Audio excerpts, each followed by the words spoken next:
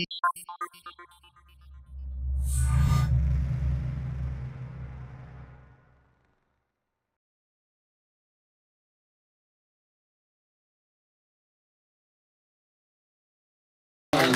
Munka is, I don't want to steal your thunder, but Grunka Munka is made up of AIE graduates primarily from the class of 2017.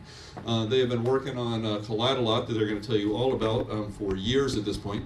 And the point of this lunchbox today, largely, is to talk to you guys a little bit about what the process looks like. A lot of times we hear on games that you guys are making, we heard it a lot for the minor production games, we hear it a lot for major production second-year games.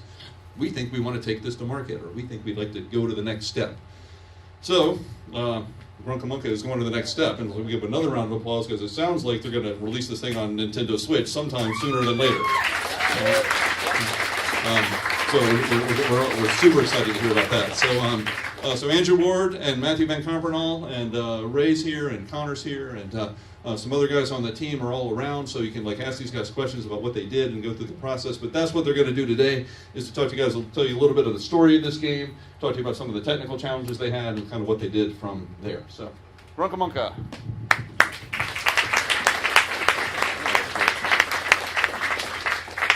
Hey guys, I am Andrew. And I'm Matt VanCompernolle. So, first off, here's our whole team. This is everybody that has worked on Collidalot and is currently almost near the finish line. So, we first started way back at Global Game Jam in 2016. So basically, Matt and I, Connor was also a part of this. We jumped in as soon as possible with a focus on Matt and I were just okay, let's just start making stuff. One of the things that's easy to do when you're at school is just kind of get caught in the rigmarole of doing classes and stuff like that, and your expectations of what your teachers put on you. Break that idea. Start making your own stuff immediately, and just get out there. Global Game Jam is the time to start. So, this is our first project. We started out trying to make a puzzle game. Half our team left halfway through because they got sick, and at about 3 a.m., the third day or something like that, Matt and I were let's just take our art assets and throw it together. We ended up with this game called Cyber Monday, which, here, I'll let you tell them about a little bit. Yeah! Oh, there is sound. Yeah, that's nice. So we did all of our own sound effects. Yeah! They're great. That's actually our member Adrian's voice. He used some professional recording tools people brought to the Game Jam. Does everyone know what a Game Jam is? Alright, cool. If you don't, you spend a couple days non-stop making a game typically based off a theme and then present it at the end. So this was made in 2 days, more like 1 day, because we didn't know what we were doing. But yeah, the game is terrible, but it made us finish a terrible game. And it was the first game we ever made together, and we kind of hallucinated a little bit from lack of sleep and food, and that's how we came up with our game name, or our company name, Grunka Munka. It was just rambling while tired, and then I said it, and they made fun of me the whole time, and that's why we have that company name.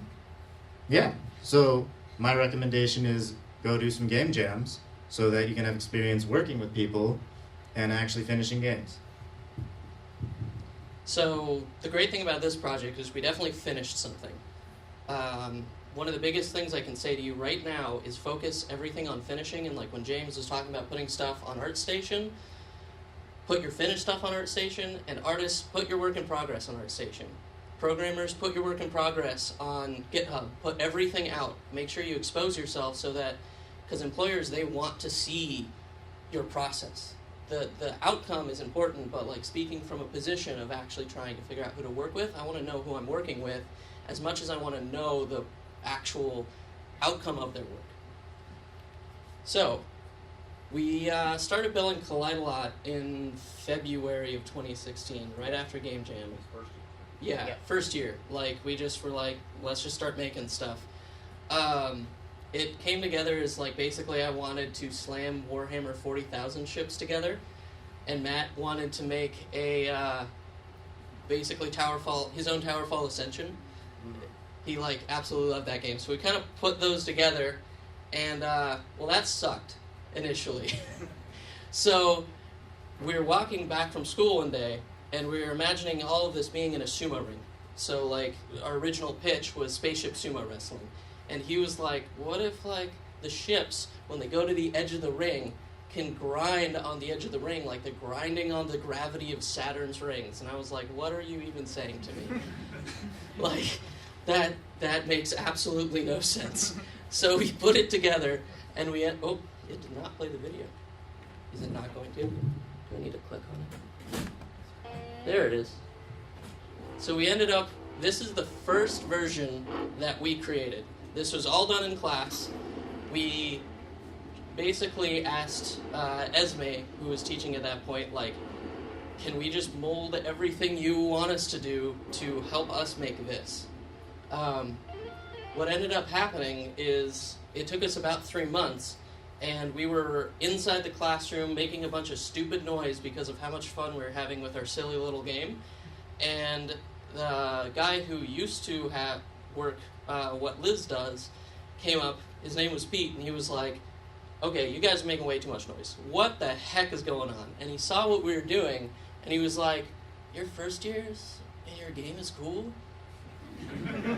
You guys want to come to this iFest thing in a month?" And we're like, all right, I'm cool with that. So we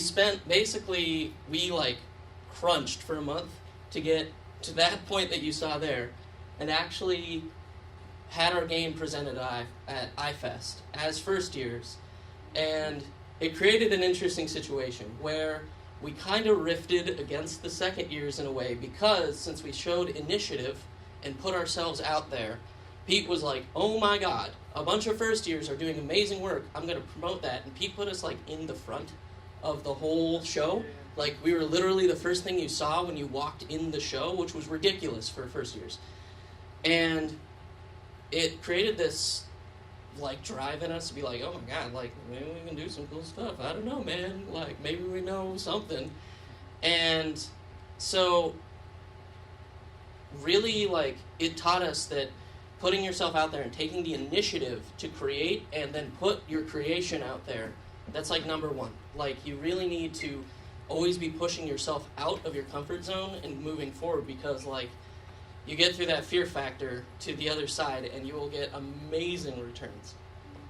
The cool thing was that allowed us to go on, like, within the next week, go to Power of Play, which is another local game thing. Yeah. Yeah, so the person who runs Power Play, or one of the main people, saw our game and was like, "Are you guys at Power Play?" And we're like, "No, what's Power of Play? And we're just students. What's going on?" And she's like, "You guys should come." And then we're like, okay, I guess we could talk to the school about it. And we ended up coordinating with the school and Power of Play and going to this other event the very next week that we had no idea was going on, and getting our own booth. And we ended up taking all the second years with us. So getting attention was good, and it boosted our ego. And then at that event, a guy from Nintendo comes up and he's like, "Do you guys want to put this on Switch?" And at that point we're like, Wii U. "Oh no, Wii U, sorry." Yeah. The Switch wasn't a thing yet. And he was like, and we're like, "What? This doesn't even have like menus."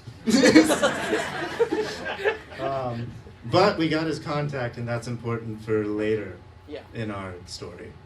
At this point, that game's only in 3 months of development. Yeah, so we had a 3-month-old game that got a guy from Nintendo asking us to put it on his platform. That was ridiculous. But it also proved you make something cool and original and people will notice. That is probably one of the biggest things that we have taken in over time, is like every time we show this game off, because it's just weird and cool and original, like people are like, "What the heck is that?" They don't have preconceived notions, so then it creates interesting opportunities for us. Okay, so this is where we went. So after Power of Play, we basically went into like, we made a decision, like, this is what we're building.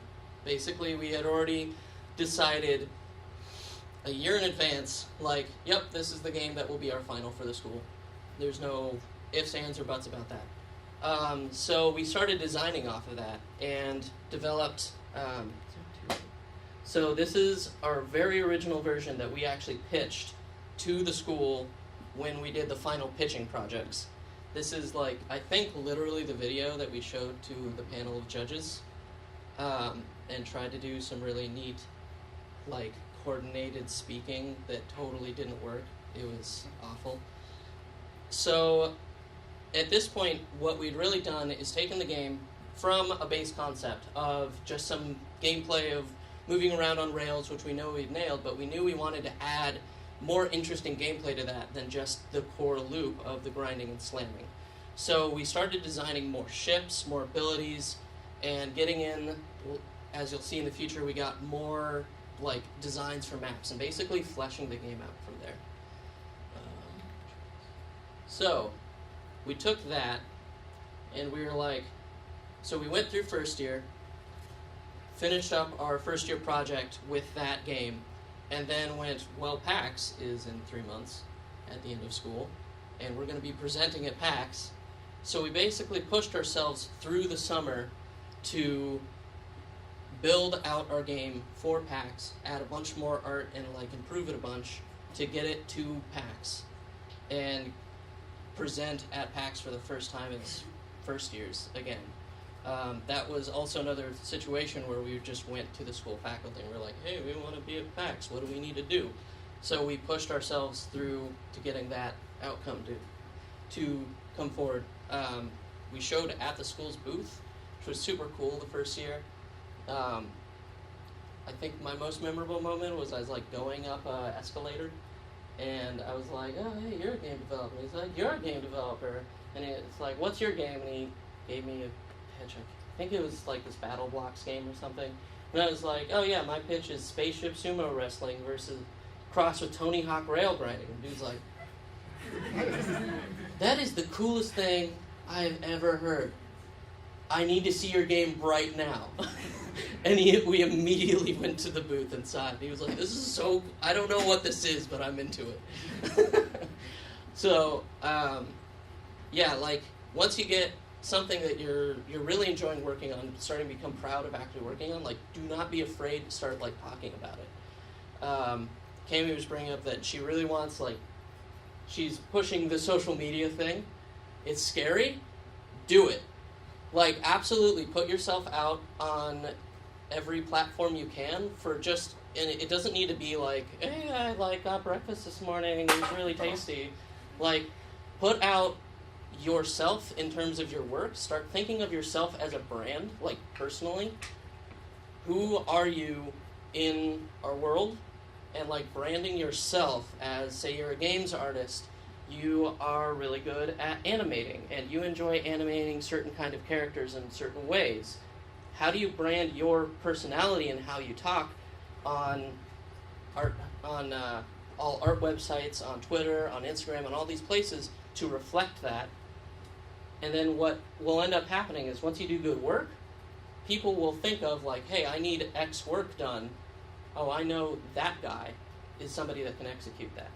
That's like the long-term plan that you want to try and pull off in your professional career, is getting your connections to instantly go, oh, wait, I want that person.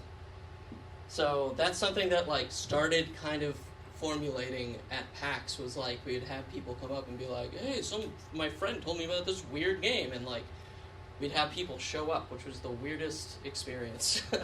Having people know who you are before you've even met them is really cool. So then, after PAX, we were like in your position going into second year.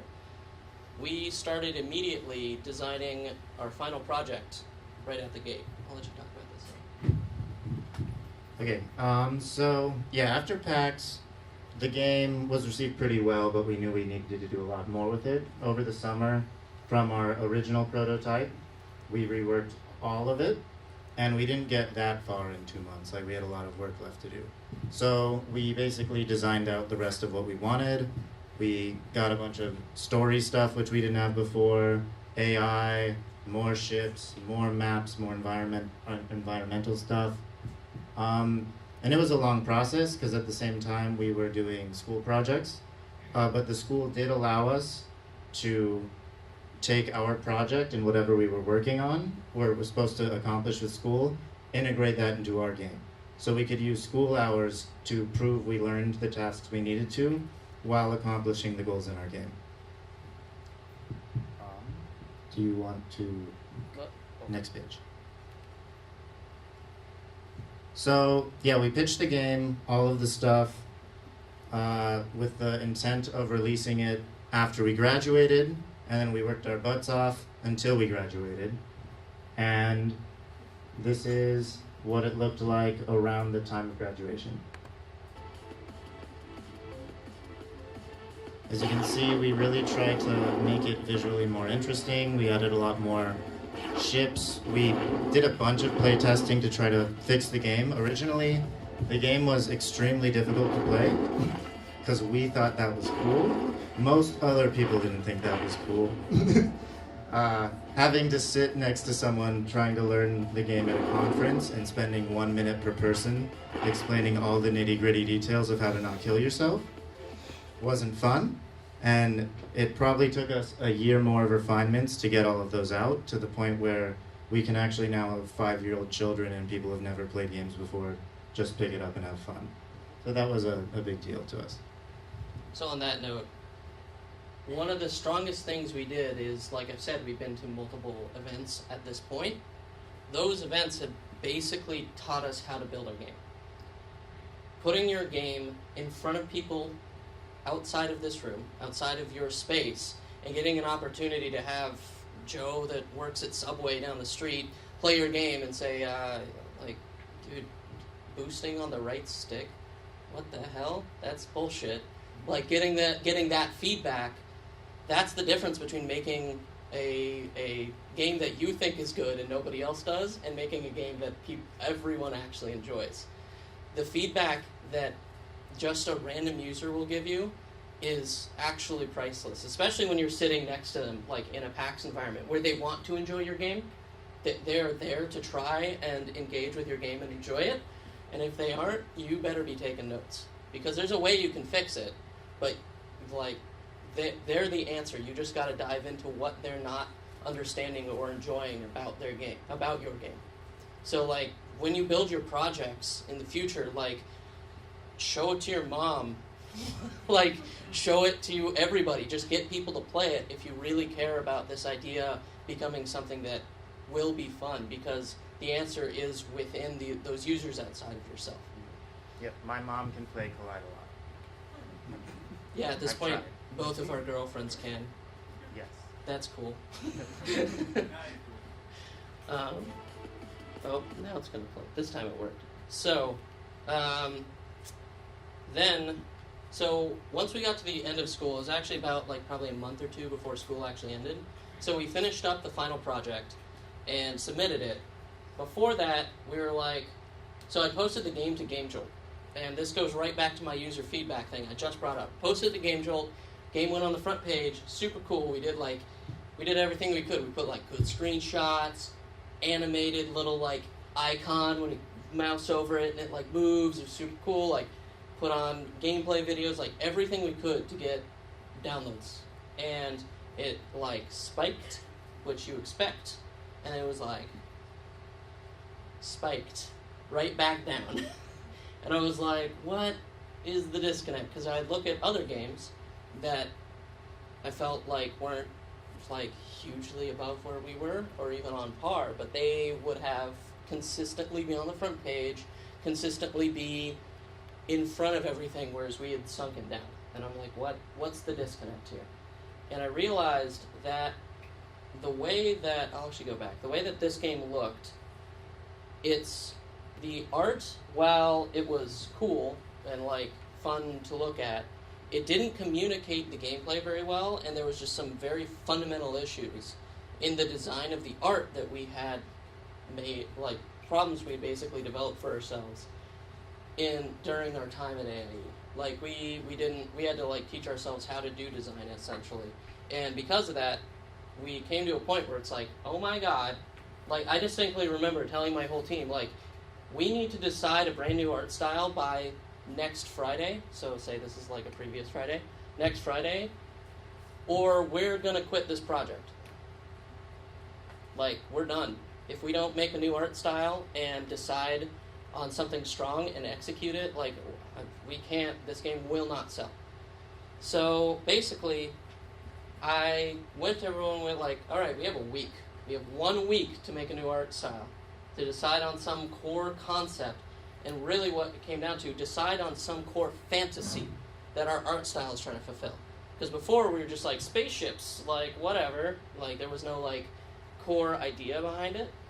And I wanted to challenge my team to get like, okay, don't think about like, just don't think about like specific art ideas in terms of like, oh, like what if we did walls this way, or like specificities and that kind of nature. I challenge them to think like, I want you to give me a phrase that when you say it, my brain's like, oh my god, that is, I can see that. That is an incredibly important aspect of your early design and pre-production is your team members, everyone being able to see it. We had done like a bunch of different ones. We had one where it was like, like dragons grinding on stuff. I don't know. It was about mine carts. We had mine carts. It was super weird.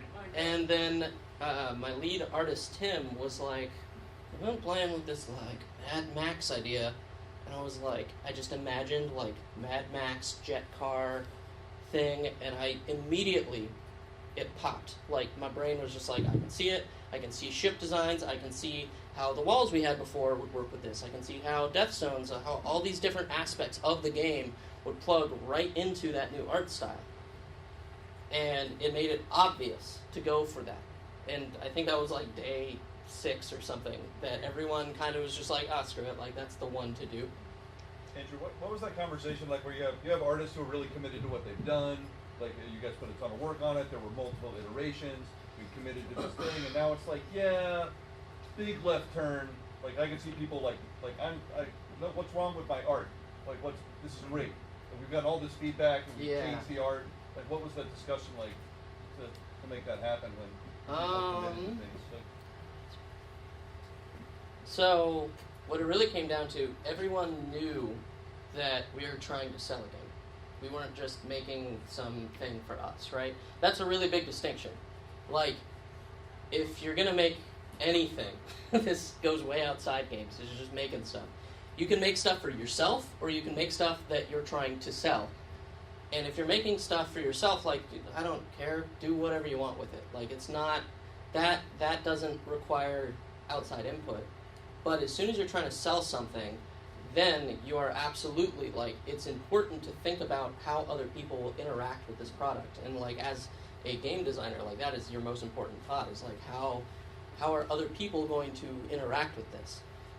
To answer James's question, from what I remember, I didn't actually have a whole lot of, we didn't have a whole lot of, like, ego problem with that, because it was very clear to everyone that our game wouldn't sell with the current art style. I think everyone agreed the game looked okay, and that they could do it a lot better. So I don't think it was basically like, do you guys think you can do better than this? And it was kind of like a challenge to step it up, which isn't saying what they did was bad. It was saying that if they did it again, they could do it a lot better, and that our game would do a lot better as a result of that.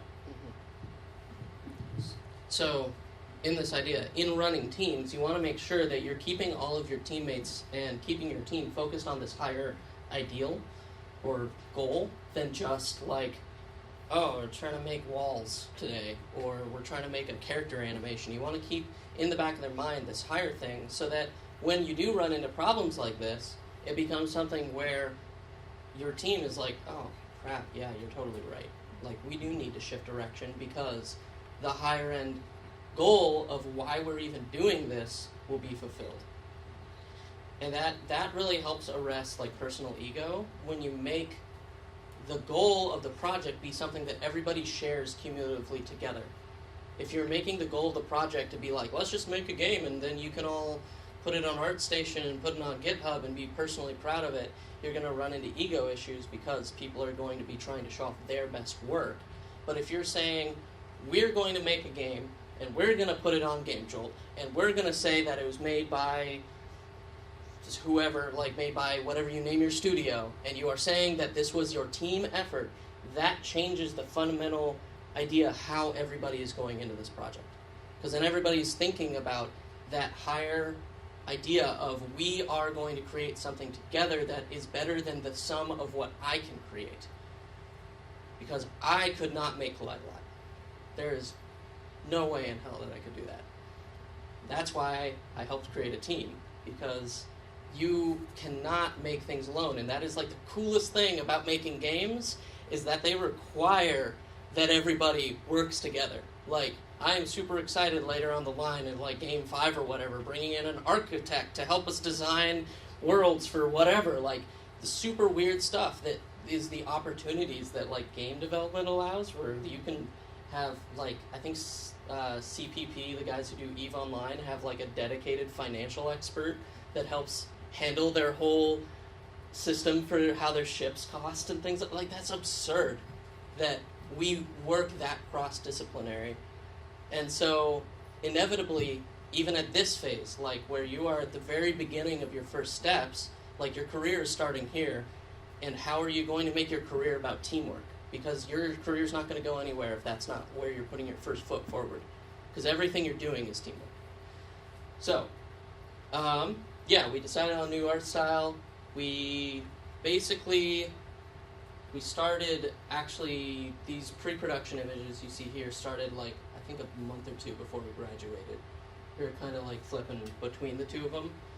And so then we just went totally full bore into doing that, graduated, and went, all right, well, we're going to completely redo all of our art before PAX.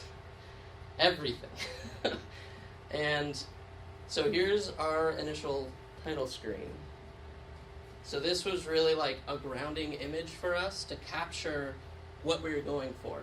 We were trying to make the rails much more alive and active, and getting this feeling of kind of more of a like a Mad Max, like hardcore, like kind of feel for the game.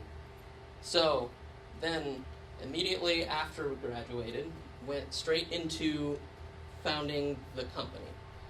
So one of the things we did that's pretty weird, on graduation day, I met the founder of the school, and I presented our game to him, and I asked him if he could help us. And fortunately he did. He basically gave us an opportunity to try and like actually be standing here doing what we're doing. And that only happened because I went to James and I went to Cammie and I went to everyone. I'm like, when is John going to be here? When is he going to be? I need to talk to him. Like, I went really hard in on like, how do I talk to this guy? And then once he's there, I'm like, look at my thing. Like, please look at my thing. Like Esme, like, personally was like, oh, hey, John, like, come here. Because, like, everybody wanted to talk to him. And fortunately, like, because the staff of AIE helped us, like, I got his 5 minutes. And that only happened because I asked for help. Which goes into another thing to say that you should pay attention to. Ask for help. Like, in the initiative thing, just ask for help with everything. Like, don't be afraid to ask. You know, if you're a programmer, you don't know how to animate, you shouldn't expect yourself to do the animation side of something. Ask for help. Like, or if you need money, like, God, ask for help. Like, just do it. It's scary, but like the end side of it means you'll probably get what you want, and the person you ask for help with, you've now built a relationship with, which is like a two-way street has now been built. So we founded the company on July 11, 2017, which is free Slurpee Day. Which is pretty, that was nice. Like, we signed all the paperwork, like, cool. And then, like, Adrian, who's the tallest guy in that picture, was like, hey, guys, you want to get Slurpees? And we're like, what? Oh, crap, we did that. Like, we didn't even realize we did that until we had already finished everything. So, then, in leading up to PAX, we basically replaced all of the art in the game. We had some team shift-ups. When you've got a team and you get into, like, once you graduate and you get into the world of serious adult life, and it will happen literally overnight. It's really weird when you graduate. It goes from right now you're a student, and then next Monday you are now an adult who is supposed to pay taxes and knows how to cook and can drive themselves to work and can get yourself a job. Yeah, you don't know how to do any of that. Like, you just, once, like, that hits you like a brick wall. And the thing that was beneficial about our situation, which is a big difference that we had versus a lot of our classmates, is as soon as we graduated, we had something to do. Like, we graduated, we were like, all right, we'll take like a week off to give everybody a chill out period, and then it's like, go right back into production. And that was a very clear transition for us. A lot of times when people graduate, you get done, and now it's like, well, now what? You know, I could look for a job, or I could play Warframe. You know which one of those sounds a lot better. like it's obvious. So during the summer leading up to PAX, we had like some teammate issues, and that will happen when you create a team, especially once you go past the point of getting out of school. Like, you think it gets hairy when you're in school and egos are on the line. When money gets on the line, it is a totally different ballgame. If you are serious about like following what we did and like going from graduation and creating your company and stuff like that, I would highly recommend before graduation, before things get signed, who's on the team, before money gets signed, before checks are written, all these kind of things, like, figure out how to like kind of test out your whole team and figure out exactly who is really there. Because people, like 6 months before you graduate, will say, yeah, man, let's like go, we're going to go kick butt, take over the world, we're going to do this, and we're going to be a great team, and it's going to be so cool. And then real life hits, you got to pay taxes, you got to feed yourself, and suddenly the people you thought you could depend on aren't so dependable anymore, and that can create incredible problems. And once you've got like paperwork signed, that creates a whole mess of issues. So really, like, don't be afraid to start like testing the waters earlier than you expect on like kind of like, who are my teammates? Like, figure out who you can really like rely on, and figure out how you can help build each other up. Because if you see somebody that's reliable, but they kind of need that first couple of steps, like, be a friend. Like, come on, man, we can do this. Because like a lot of people, they're just afraid to like take that next step into the professional world. And if somebody else is there, it'll like change everything. Like, if you can be that friend that's like, hey man, let's like go kick butt, and you're kind of like, I'll be there while you fall, that will turn your friend from somebody who's like kind of an opportunity into our most dependable artist now.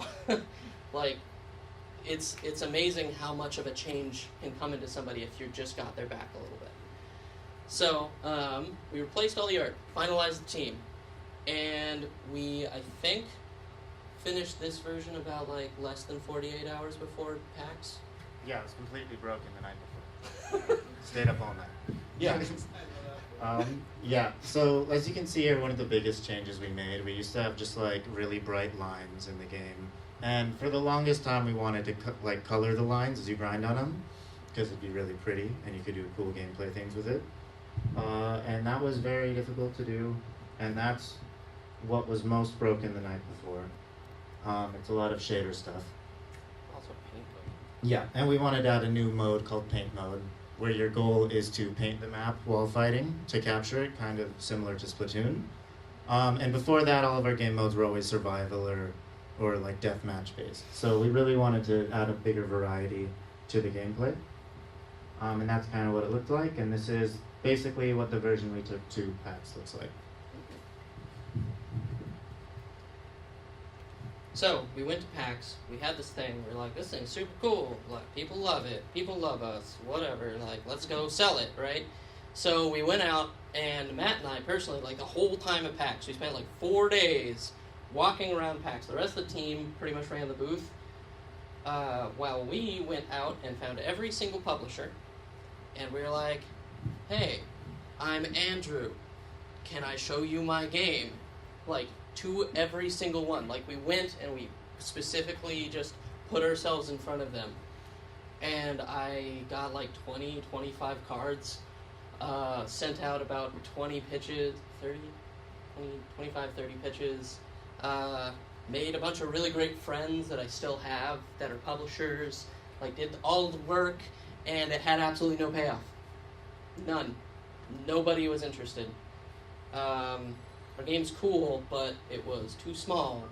It was like one screenshot could explain all of it. Like, basically there was just a plethora of different things that, like, how the heck would we know that this is stuff that would be a problem? So we then went to DreamHack and GE2, which happened on the same weekend. DreamHack we were actually invited to go to over in Denver, which was the weirdest experience. I have to describe this thing. So in Denver, there is this like big building called I can't remember what it's called. It's where they like basically sell all the cattle. There's this giant cattle selling convention every year in Denver for 2 weeks, where they bring in like literally millions of heads of cattle, and cowboys show up and they buy all the cattle. Like, it's just a giant thing. And they had a video game convention in that building. The weirdest thing in the world, walking up this giant building, right? Like the size of the Armory. And I'm looking at the side, and it's like DreamHack 2018, like video games, da da da da da. Like, you're like, yeah, DreamHack. And like on the side, there's that, and then right here is a painting of a cow. What? And then we walk into the building, and like as we're walking in, it's like DreamHack, yeah, da da. Open the door, and it smells like cow. And then we're walking to our booth, and we're walking by the concession stands, and all the concession stands are like Mountain Dew, sponsored by this cowboy, and I'm like, what the heck is this thing? Like, it was so weird. But it ended up creating an awesome opportunity where, like, this was the first time that DreamHack had really, like, put indie developers, given them a space, so there wasn't, like, a whole lot of traffic, which allowed us to then talk to other indies a lot. And we ended up, through that, realizing that it's pretty obvious that we should be moving our game to a certain platform that had recently released and was not super saturated, had 2 controllers, and boy, that would be useful for a multiplayer game. And we seemed to already have a card for a contact who wanted the game about 1.5 years ago. Kind of a no-brainer. So basically we got back from DreamHack, got back from GE2. We did not even talk about iFest or Power of Play the year before. That was dumb. Quick aside, we went to Power of Play like a little bit before this. It was actually right after iFest 2017. It was with the space bill. Yeah, with At the the space end of bill. the So like second about when we graduated. And we went to iFest and actually presented the game in Seattle Indie Game Competition. And like basically did what I'm doing right here, but instead of like telling you our story, I did like, our game's cool, you should believe me, look at how cool it is. And presented compared to like, I think 10 other games or something like that, 8. And ended up winning Audience Choice Award, which was awesome. As soon as you win an award, oh my god, so much like validation, not for you. You're now able to like, for instance, this paid off like a few weeks ago. I was talking to like an angel investor and was like, yeah, our game's cool. By the way, it's won an award. And they're like, what? Like, oh, now I'm actually willing to listen to you because you now have outside validation. And that came from the fact that we just like went out and pushed like what we had and pushed it out in front of everybody. So, you've been to multiple, I've seen you on multiple outside.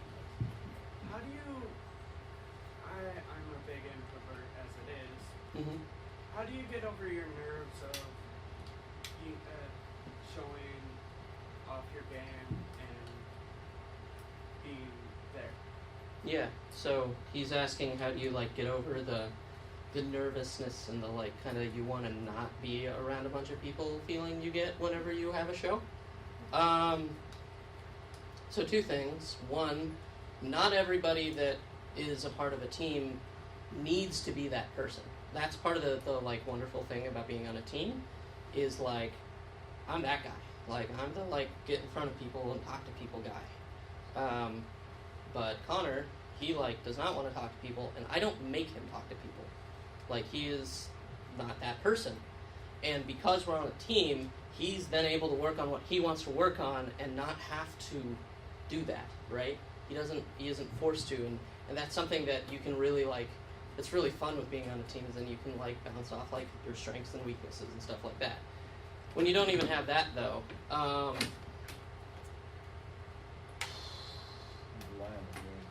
yeah. Excited about something. Yeah, what James says, honestly, you just take your passion for what you made, and that is what makes you talk to people. Like, this probably goes back to, like, what you should build. Like, build something you're passionate about, number one. Like, Yep. Ninja X Ninja, Mm-hmm. right next to you guys, I was terrified. Mm-hmm. But me and my partner didn't Yeah. expect the big crowd that showed up Mm-hmm. to it. Which I'm not working on that game anymore. Mm-hmm. Gone and Mm-hmm. But that is nervousing. I have to hide that because I'm also the designer. Mhm. So usually the designer is the one that usually talks. So, If Harley, we'll do questions at the end. okay. yeah. So just quickly, so don't think it so much about like hiding what's really going on with you. Figure out how to take that energy and like turn it into your passion. Cause like when I stand in front of a bunch of people presenting, like, yeah, dude, I'm super nervous. Like, of course. But one, you have to do this. Like you've signed yourself up for it.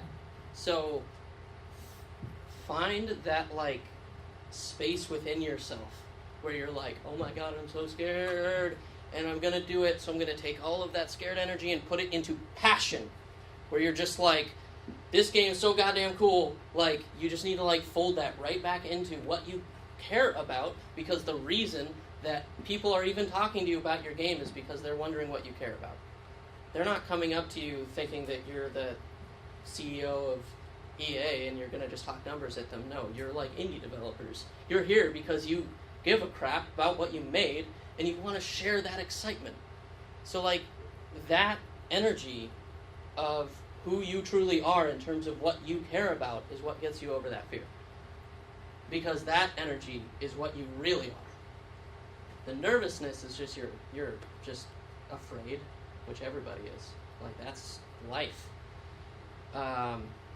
So yeah, that like when talking to people, like just let your passion for your projects just spill out of you, because that's what they really want to hear too. Like that took us so far. The first PAX, like when I told somebody, that guy that's like, yeah, spaceship sumo wrestling versus cross Tony Hawk rail grinding, I wasn't like, it's spaceship sumo wrestling, Tony Hawk rail grinding.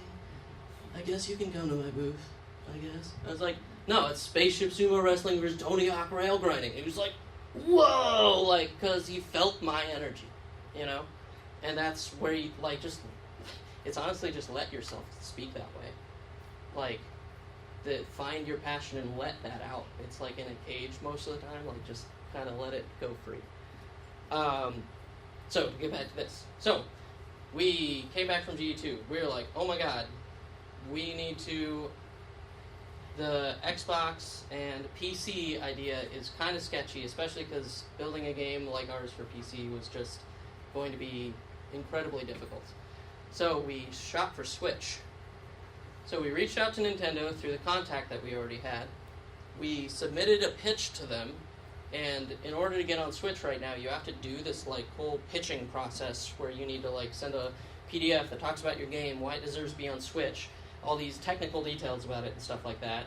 And basically went back and forth with them for about 4.5 months before we actually got the A-OK, which was pretty nerve-wracking.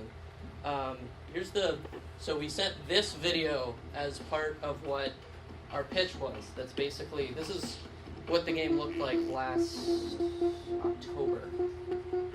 This was October. That's when we first got in contact. Yeah, so basically we sent this with a whole thing that talked all about, like, why our game deserves to be on Switch. Why you should be talking to us. And it worked, but it was really rough, some of the parts. Let's finish.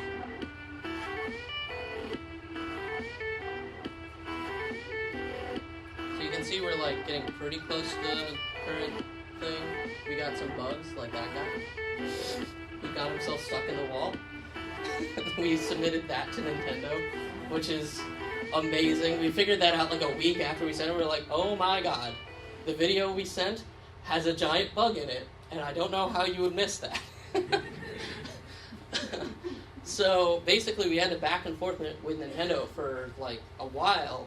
Ran into the biggest roadblock we ran into was basically a worry about lack of experience. So they came back to us like, our team's a little worried that you haven't done things before. Basically, you're a bunch of youngins. You don't know things, so, like, why should we trust you? I talked to one of my contacts, and he was like, I ran into that too. The way you get around that is you find somebody who has experience and ask them to help you, essentially. So, like, what we had to do was just ask another guy that I knew that had like 10 years of production experience, and ask him to advise us on the game, and then say to Nintendo, this guy is advising us. Look at his LinkedIn. It looks really good. You should trust us. It ended up paying off, but it was like definitely a weird moment where it was like, I don't know if we're even going to be able to get our own dev kit or ship the game on Switch, because they might not accept us. At the same time, we are also communicating with some other indie developers over in Netherlands who had a game on Switch and basically potentially would publish the game for us. We talked to them for like, I think a similar amount of time, like 4 or 5 months, and it just ended up not working out with their time schedule and our time schedule.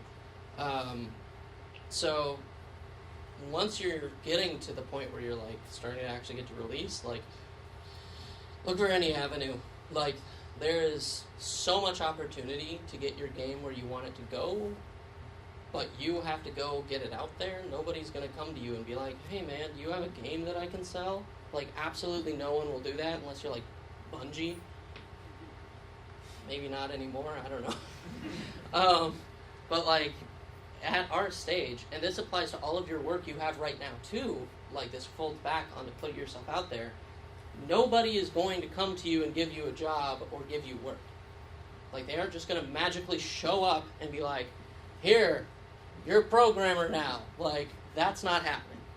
You are going to have to go out and get that job, or make a team and make your own game and employ yourself, whatever. It doesn't matter how you do it, but what matters is that you are doing it, because nobody's coming. Like, especially at this stage of your life, like, it is all about your own push to get that, and it starts like in this classroom as soon as we're done with this talk.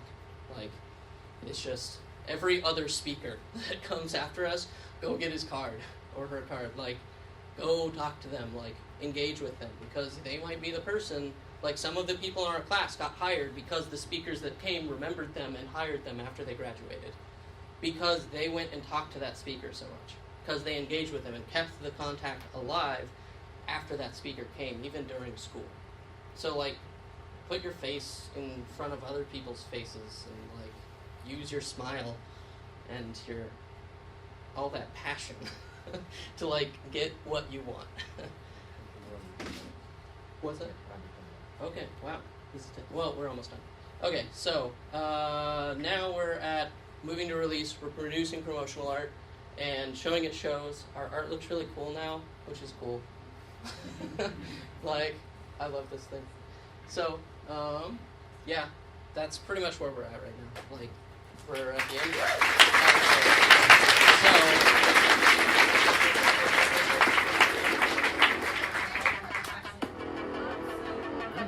Hold on 1 second. No, we don't need that sound. Okay, go ahead. So I got the impression that a lot of this process is going to be presenting it to people and then saying no. A lot of rejection, a lot of revise, a lot of failure. How do you learn to cope with that failure if you're somebody who gets nervous about these kinds of things? How do you present yourself knowing that there's a possibility and that it will happen and you will fail and be rejected if you have to go out there again? The fact that you will fail and that you will be rejected and that you will do it again. Honestly, that sounds like a jerk thing to say, but actually, that is it. That is the only thing. If you really want to do this, you are going to fall over 25 times before you walk. What's that? It is totally worth it? Absolutely. 100%. Just always try again. Everything's a lesson. Yeah. Actually, real quick aside on that, on what James said, take every single failure as a lesson. You didn't fail, you've now learned how to succeed. That's every single time you fall down. Thank you. The biggest thing I was wondering about, you guys mentioned you worked on it during school, Mhm. and after you guys graduated, you still worked on it. Yes. Then you mentioned real life hits you and finance and everything like that. Since you guys left school though, how did you guys negotiate those finances? Like, you imagine you couldn't use the programs anymore, having a lot of students, everyone still had to travel and meet up with everybody. How did you guys deal with that as a team? So, most of my team lives together. Step 1. Step 2, most of your licenses will totally work after you graduate. Your student licenses are 3 years or something. But don't worry about that too much. And then, honestly, most of my job has been finding money. Going to our friends and family and getting investment. If you're going to set up a company, there's a bunch of really, really, really, really, really, really gross things you're going to have to do with learning about taxes and Washington State Code and not programming, legislation, all the things you don't want to learn about, you're going to have to learn about, and then those things are what's going to allow you to have somebody invest in your company, and then you can work a real big boy job doing what you actually love, and eventually you get to create something you're really proud of, and that's the thing you got to make. Realistically, once you graduate, if you are following our path, somebody has to be the guy finding money. That's just how it is. Somebody's going to spend, I'm CEO, so at this point I don't spend a lot of time doing game design. I spend most of my time making sure that the rest of the people get to do it. So yeah, that's really it.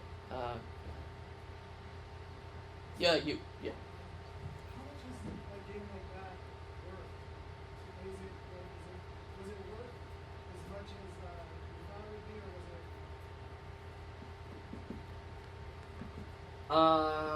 We haven't sold it yet. The game hasn't been sold yet. It should be out in the next 2 months. We have a ballpark figure we want. So do you mean price, how much it's worth, or do you mean value of our work? Yeah. So we have a price that we're prepared once we get approval that we're gonna set the game to. So yeah. But yeah, for even a small team, you'll probably need the game to make at least $100.